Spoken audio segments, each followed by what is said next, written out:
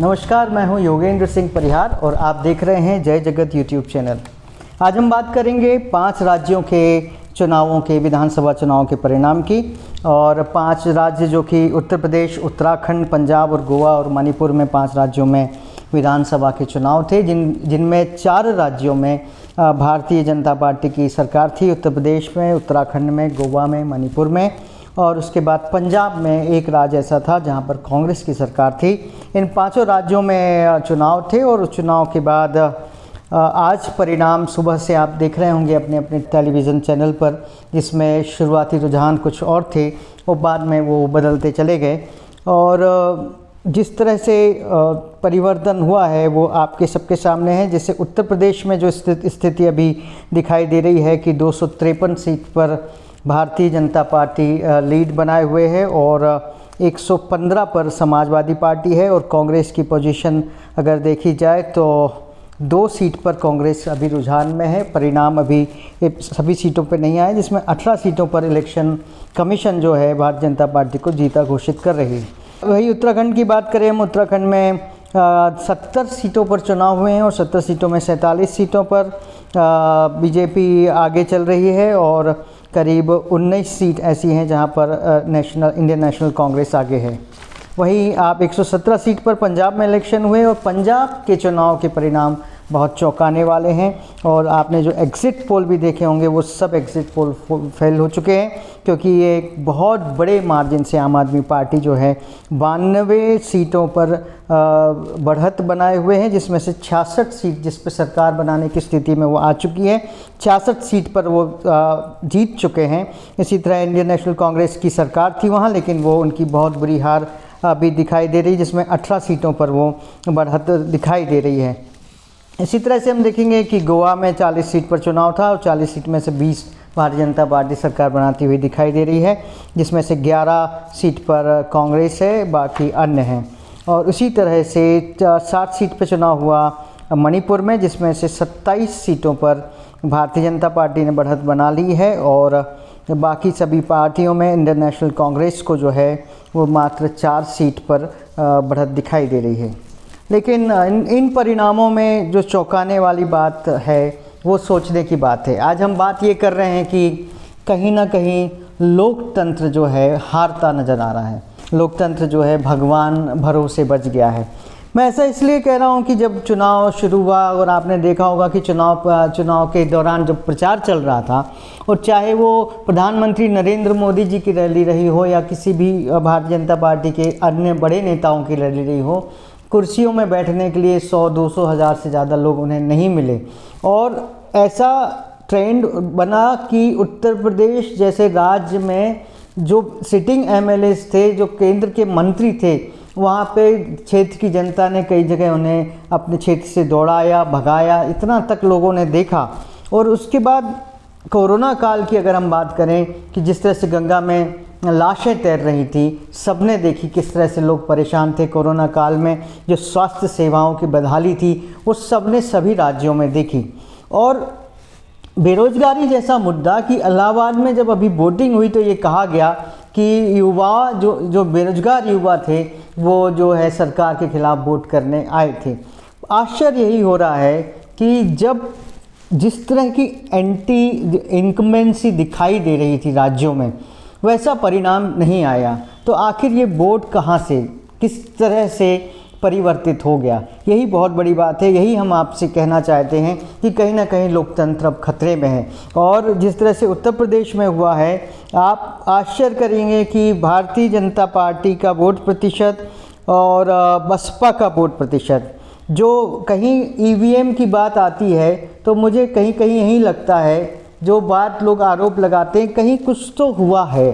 एकदम से इस तरह से क्लीन स्वीप मैंने कभी नहीं देखी जो पंजाब में अभी हुआ है। 92 सीट्स पर आम आदमी पार्टी आगे है, जो कि आप एक अनुमान लगाइए कि जिस वक्त किसान आंदोलन कर रहे थे अपनी मांगों को लेकर दिल्ली की सीमाओं पर, उन सीमाओं पर जब वो आंदोलन कर रहे थे तो आम आदमी पार्टी की सरकार दिल्ली में थी, और उस आम आदमी की पार्टी की सरकार के रहते हुए किसान दिल्ली के अंदर प्रवेश कभी नहीं कर पाए।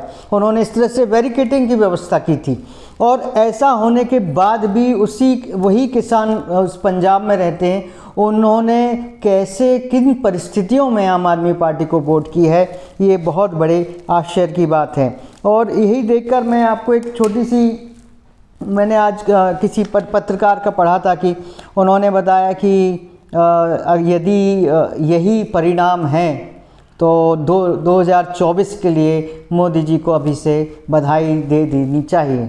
उनका कहने का तात्पर्य सिंपल सा था कि कोई तो अज्ञात कारण अवश्य होना चाहिए कि इनकी इतनी ज़बरदस्त एंटी इनकम्बेंसी के बावजूद अमित शाह, जेपी नड्डा और योगी आदित्यनाथ सभी का सार्वजनिक रूप से दावा हमेशा से यही बना रहा कि भाजपा की सरकार ही बनेगी, जबकि ये लगातार देखा गया कि कहीं रैली के तौर पर, प्रचार के तौर पर हर तरह से भारतीय जनता पार्टी फेल हो चुकी थी।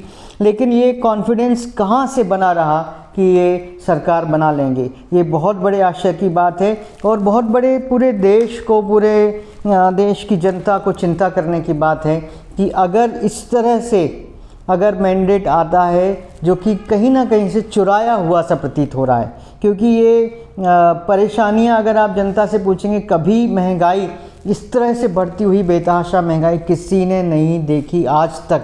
और उस महंगाई के दौर में, उस बेरोजगारी के दौर में भी यदि लोग उस शासन को, उस सत्ता के लोगों को वोट कर रहे हैं तो ये बहुत आश्चर्य की बात है। और अगर वोट कर रहे हैं, यानी वोट उन्हें मिल रही है भारतीय जनता पार्टी को जनता की, तो कहीं ना कहीं ये कहने में कोई अतिशयोक्ति नहीं होगी कि लोकतंत्र जो है वो पूरी तरह से भगवान भरोसे है, लोकतंत्र खतरे में है, क्योंकि ये इस तरह से अगर एक ही पार्टी की सत्ता हमेशा से काबिज रहेगी। और आप, एक और आश्चर्य है, उत्तर प्रदेश का ये ट्रेंड हमेशा रहा है कि उत्तर प्रदेश में 5 साल में सरकारें बदलती हैं। कभी ये मुझे लगता है कि बहुत 1980 के 85 के बाद ये पहली बार ऐसा हो रहा होगा कि किसी पार्टी की सरकार रिपीट हो रही है। भारतीय जनता पार्टी तो लगातार कभी उत्तर प्रदेश में 5 साल के बाद सरकार में नहीं रही, पहली बार ऐसा होने जा रहा है कि भारतीय जनता पार्टी की सरकार वहाँ पर बनने जा रही है। ऐसा ही आप ट्रेंड अलग अलग देखें तो किसी ने भी नहीं सोचा होगा कि पंजाब में जिस तरह से क्लीन स्वीप हुआ है और जनता धोखे में है, या मैंने देखा बहुत सारे लोग मायूस हैं, जो लोग भाजपा के खिलाफ वोट करते हैं, किसी भी पार्टी को करते हों, चाहे वो कांग्रेस को करते हों, समाजवादी पार्टी को करते हों, किसी को भी करते हैं, वो मायूस इसलिए हैं कि उन्हें समझ में ये नहीं आ रहा कि जब वो वोट डाल के आ रहे हैं, वो वोट डालने के बाद उनके क्षेत्र में नेता बदल जा रहा है, उनके क्षेत्र में परिणाम कुछ और आ रहे हैं, और किसी भी तरह की शंका से कोई भी इनकार नहीं किया जा सकता। जिस तरह से पिछले 3-4 दिनों में ये स्थिति बनी है कि ईवीएम पकड़ी गई, ईवीएम किसी नगर निगम की, नगर पालिका की गाड़ी में जा रही थी, जनता जो है, जनता ने वोट डाला और जनता रखवाली कर रही थी। इतना सब कुछ होने के बावजूद अचानक से परिणाम इतने विपरीत होंगे, ये किसी ने भी नहीं सोचा। तो ये मैं फिर से बार बार यही कहूँगा कि कहीं ना कहीं ये चिंता का विषय सभी लोगों के लिए है, और आने वाले जो राज्यों में चुनाव हैं वहाँ के लिए, सबके लिए ये अलार्मिंग पोजीशन है कि जिस तरह से चुनाव के पैटर्न अब दिखाई दे रहा है, जिसमें जो वोटिंग का प्रतिशत है बहुत ध्यान से देखने की ज़रूरत है। उत्तर प्रदेश में यदि ये करिश्मा हुआ है तो कहीं ना कहीं बैकडोर से, पर्दे के पीछे से जो बहुजन समाज पार्टी ने भारतीय जनता पार्टी को सहयोग दिया है वो स्पष्ट दिखाई दे रहा है।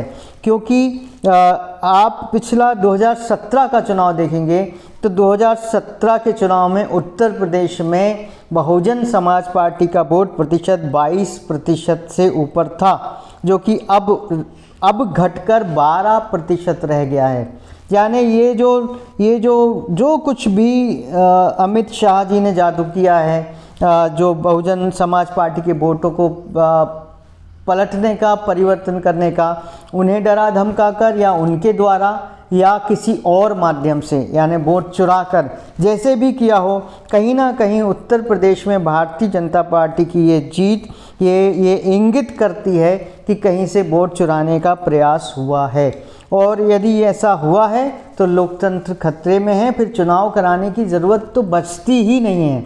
क्योंकि अभी कहीं मैं चर्चा में सुन रहा था कि मणिपुर में या गोवा में क्लोज फाइट थी सुबह सुबह, तो लोगों ने ये कहा कि ज़रूरत क्या है वहाँ मणिपुर में, तो जब 2 सीट पर भाजपा थी पिछली बार तो भी इन्होंने सरकार बना ली थी। यानी लोकतंत्र इस वक्त इस समय इतनी बुरी स्थिति में है कि भारतीय जनता पार्टी जो आज काबिज है देश में और पूरे राज्यों में धीरे धीरे काबिज हो रही है, वो एन केन प्रकारेण सरकार बना लेती है। और सरकार बनाने का उनका उद्देश्य क्या है ये किसी को भी समझ में नहीं आ रहा। क्योंकि जिस तरह से कोरोना काल में लोगों की मौत हुई और उसके बाद स्वास्थ्य सेवाओं की वजह से लोग असमय जो है काल कवलित हुए, किसी को ये नहीं पता चला कि सरकारें उस वक्त क्या कर रही थी, कैसे पूरे देश में लोग ऑक्सीजन के लिए भटक रहे थे।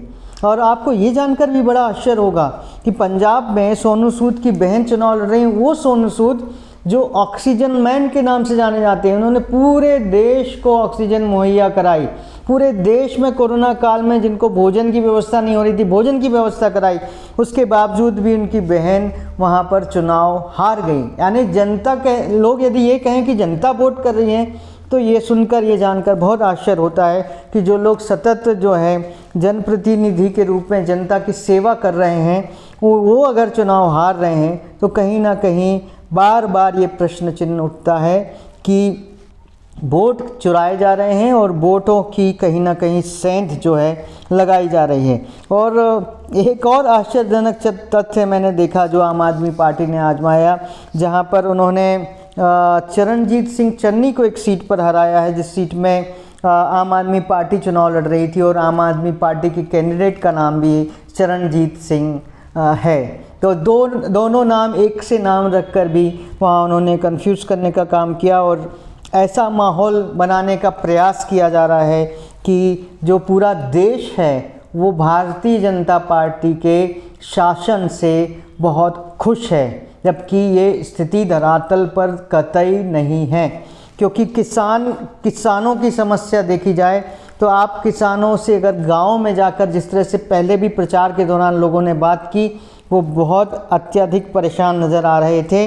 लेकिन चाहे ग्रामीण इलाके हों चाहे शहरी इलाके हों, हर जगह भारतीय जनता पार्टी को बढ़त मिली है और वो बढ़त जो है निर्णायक है। और उसमें उत्तर प्रदेश में निश्चित ही फिर से योगी सरकार आ रहे हैं और उन्होंने एक नारा दिया था कि जो राम को लाए हैं उन्हें सत्ता में लाना है। तो ऐसा जनता मानने लगी है कि राम को योगी जी या मोदी जी लाए हैं। ये बहुत बड़ा आश्चर्य है। मुझे नहीं लगता कि जनता ये बात मानती होगी कि भगवान राम को योगी जी लाए होंगे, लेकिन अगर ये बात सही है तो ये कहीं ना कहीं चिंता का विषय है। हमारी ये आज की जो पूरी बातचीत थी इसी पर निर्भर थी कि आज के जो परिणाम हैं वो बहुत चौंकाने वाले हैं। आज के परिणाम किसी ने भी ये अपेक्षा नहीं की थी कि इस तरह के परिणाम आएंगे। आज हर विपक्षी पार्टी को ये सोचने समझने की ज़रूरत है कि कहीं ना कहीं कुछ ऐसा हो रहा है जिससे कमी इतनी ज़्यादा रह जा रही है कि भारतीय जनता पार्टी जैसी पार्टी जो कि एक सांप्रदायिक आधार पर, एक धर्म के आधार पर राजनीति करती है, जो विकास के आधार पर कभी भी वोट नहीं मांगती है और वो अपनी जगह बना रही है, अपनी जगह सुरक्षित रख पा रही है, तो ये कहीं ना कहीं ये लोकतंत्र की हार है। कहीं ना कहीं ये लोकतंत्र जो है अब भगवान भरोसे बचा है। हम बस यही बात आपसे करने आए थे कि अब सभी पार्टियों को बहुत सचेत रहने की ज़रूरत है। और सचेत इसका मतलब ये नहीं कि हम ये कहना चाह रहे हैं कि भारतीय जनता पार्टी के खिलाफ का जो माहौल है वो आपको किसी तरह से बनाना है, बल्कि आपको किसी भी पार्टी को, कोई भी विपक्षी दल हो, क्योंकि लोकतंत्र की मजबूती विपक्ष के मजबूत होने से है। और कहीं ना कहीं विपक्ष कमज़ोर हो रहा है, और विपक्ष कमज़ोर होगा तो सत्ता जो है, लोग कहते हैं कि सत्ता आवारा हो जाएगी। तो सत्ता यदि आवारा हो गई तो कंट्रोल कौन करेगा? तो कहीं ना कहीं सत्ता को नियंत्रण में लाने के लिए विपक्ष की मजबूती बहुत ज़रूरी है, और इसके लिए कहीं ना कहीं बहुत सारे काम करने की ज़रूरत है। आज की हमारी चर्चा यहीं तक थी। बहुत बहुत धन्यवाद। जय जगत।